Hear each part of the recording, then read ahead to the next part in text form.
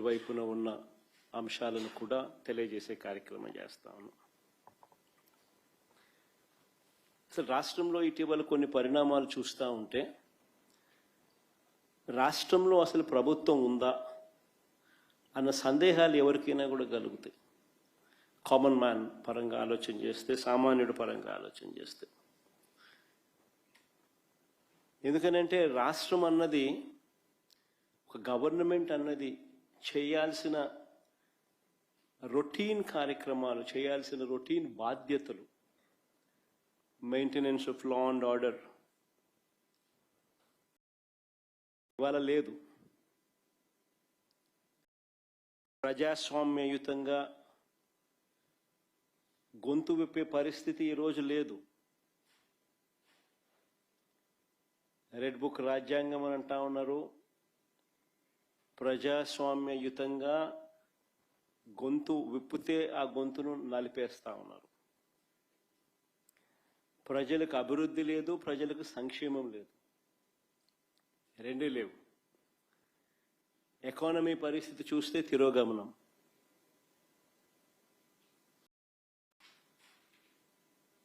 దేశంతో కంపేర్ చేస్తే రాష్ట్ర ఎకానమీ తిరోగమనంలో ఉంది.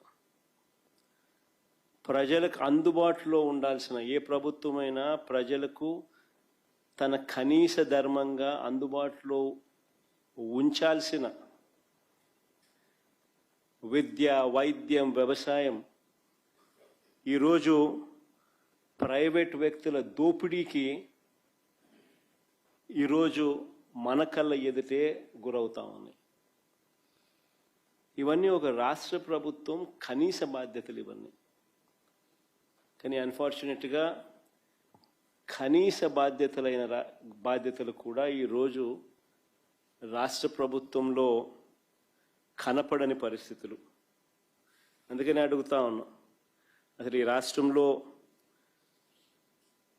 పాలన అనేది సాగుతూ ఉన్నది ప్రజల కోసం సాగుతూ ఉందా, లేకపోతే దోపిడీదారుల కోసం ఈ పాలన సాగుతూ ఉందా అన్నది నిజంగా అర్థం కాని విషయమే. ఒక క్వశ్చన్ మార్క్.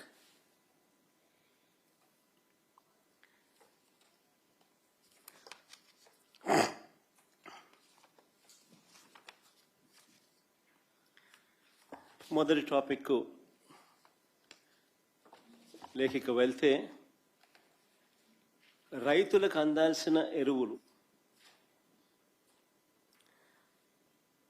బ్లాక్ మార్కెట్ చేస్తూ ఈరోజు స్కాములు కనిపిస్తూ ఉన్నాయి.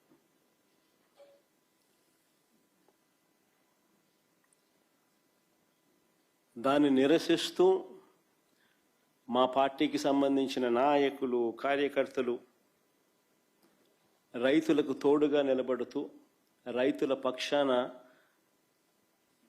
రైతులతో కలిసి ఆర్డీఓలకు నిన్న అర్జీ ఇచ్చే కార్యక్రమం చేశారు. ఆశ్చర్యం ఏమిటనంటే రైతుల తరపున మేము చేసే ఈ కార్యక్రమం అడ్డుకుంటూ ఏకంగా పోలీసులు దీన్ని అనగదొక్కే కార్యక్రమం ఏ మాదిరిగా చేస్తారు అని చెప్పి చూస్తే, ఆ నోటీసులు ఒకసారి చూపించండి, ఒకసారి ప్లే చేయండి ఒకసారి.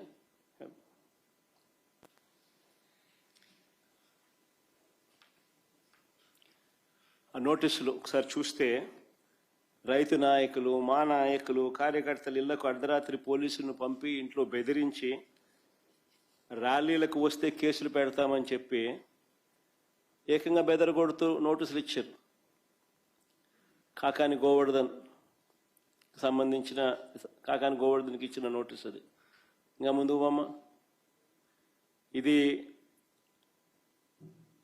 కురసాల కన్నబాబు అన్నకి ఇచ్చిన నోటీస్ అది. ఈ పక్క లేళ్ళ అప్పిరెడ్డికి ఇచ్చిన నోటీసు,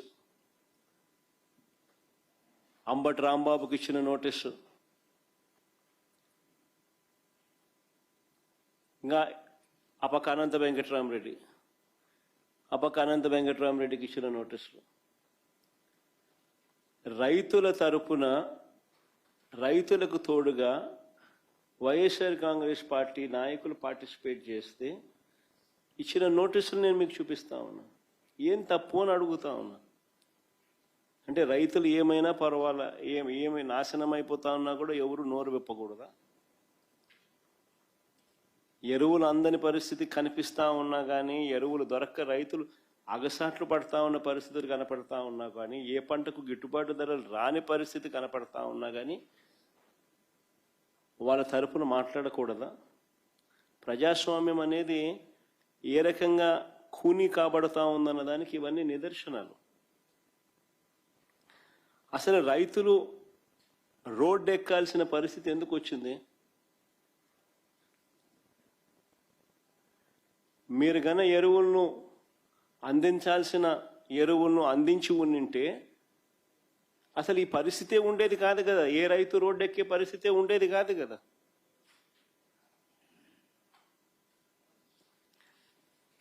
మీరు స్కాములు చేయకపోయినంటే ఎరువుల విషయంలో ఈ పరిస్థితి వచ్చి ఉండేది కాదు కదా.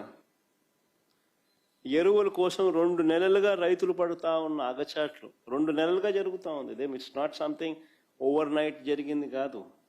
2 నెలలుగా ఇది కనిపిస్తూ ఉంది.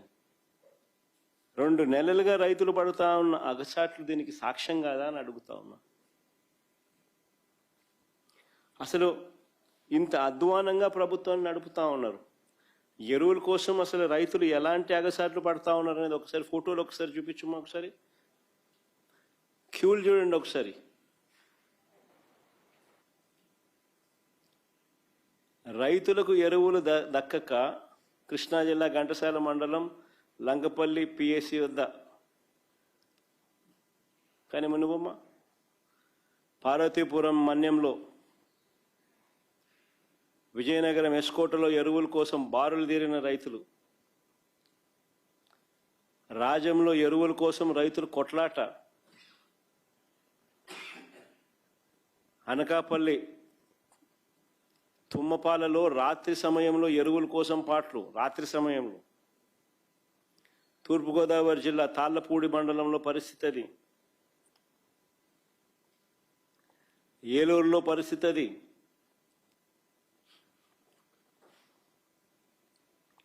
నూజివీడు నియోజకవర్గంలో పరిస్థితి అది, ఎన్టీఆర్ జిల్లా గొల్లపూడి ఎరువుల కోసం క్యూ కట్టిన రైతుల పాదరక్షలు, గుంటూరు జిల్లా రేపల్లె వ్యవసాయ మార్కెట్ యార్డ్ గోడౌన్ వద్ద రైతుల ఆందోళన. ఎరువుల కోసం ఇదంతా.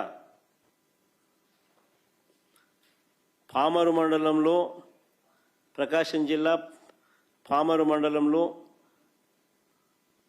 పామూరు మండలంలో కురమద్దాలిలో పరిస్థితి అది. సత్యసాయి జిల్లా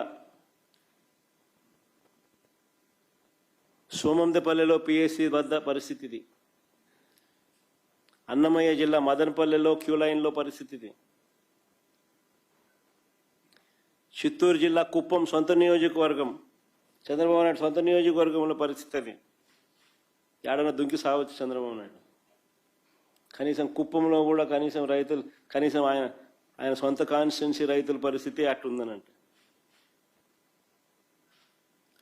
ఇది వ్యవసాయ శాఖ మంత్రి కాన్స్టిట్యున్సీ, శ్రీకాకుళం జిల్లా మంత్రి అచ్చెన్నాయుడు నియోజకవర్గం టెక్కలిలో పరిస్థితి అది. క్యూ లైన్లలో ఇద్దరు ఏదైనా బాయోగి ఏదైనా చూసుకొని దుంకుతే బెటరు.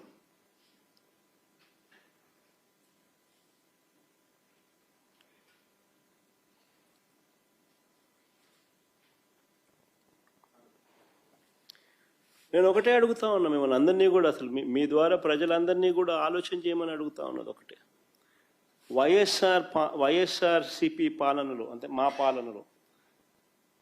పాలనలో గతంలో జరిగిన మా పాలనలో, వైఎస్ఆర్సిపి పాలనలో 5 ఏళ్లలో ఎప్పుడైనా ఎక్కడైనా రైతులు ఇలా ఎరువుల కోసం రోడ్డు ఎక్కడం ఎక్కడైనా చూశారా అని అడుగుతా ఉన్నా.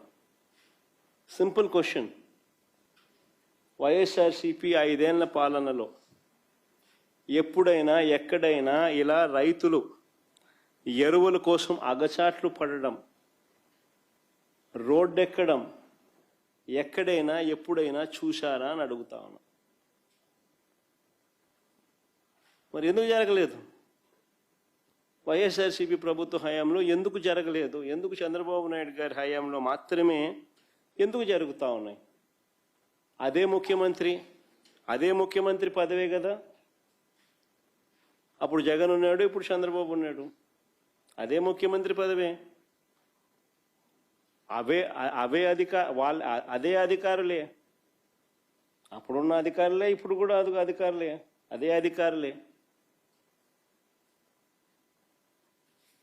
మరి ఎందుకు ఈ పరిస్థితి? ఇప్పుడు ఎందుకు ఆ పరిస్థితి ఉంది, అప్పుడు ఎందుకు ఆ పరిస్థితి లేదు? కారణం జగన్ అనే వ్యక్తికి రైతుల మీద, రైతులకు కష్టాలు రాకూడదు, ఉండకూడదు అని తాపత్రయం ఉండేది. తాపత్రయం ఉండి రైతులకు మంచి చేయాలి, రైతులకు మంచి జరగాలి అనే ఆలోచనలో ఉంటే ఇలాంటి పరిస్థితులు ఉండవు. అది తేడా. ఇక్కడ పరిస్థితి ఎందుకు అనంటే దీంట్లో కూడా స్కాములు చేసి దీంట్లో కూడా డబ్బెత్తాలన్న ఆలోచన చేస్తూ ఉన్నారు కాబట్టి పరిస్థితి ఇది. ఇంత దిక్కుమాలిన పరిస్థితి నిజంగా రాష్ట్రంలో ఉంది అని అంటే చంద్రబాబు నాయుడు సిగ్గుతో తలంచుకోవాలి.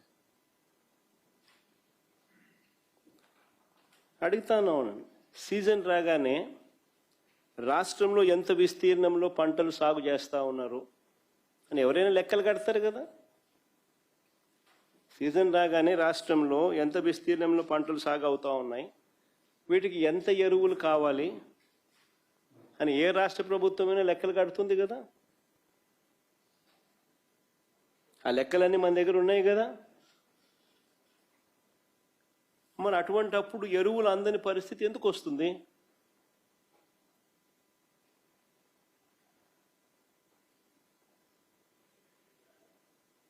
మొన్న ముఖ్యమంత్రి స్టేట్మెంట్ చూశాను, నేను ఆశ్చర్యపోయినా. నేను ముఖ్యమంత్రి గారు అన్న స్టేట్మెంట్, ఈ ఖరీఫ్లో 6,65 లక్షల మెట్రిక్ టన్నుల యూరియాను నేను సప్లై చేశామని, గత సంవత్సరంతో పోలిస్తే 97,000 టన్నులు అధికంగా ఇచ్చామని ముఖ్యమంత్రి స్టేట్మెంట్ ఇది.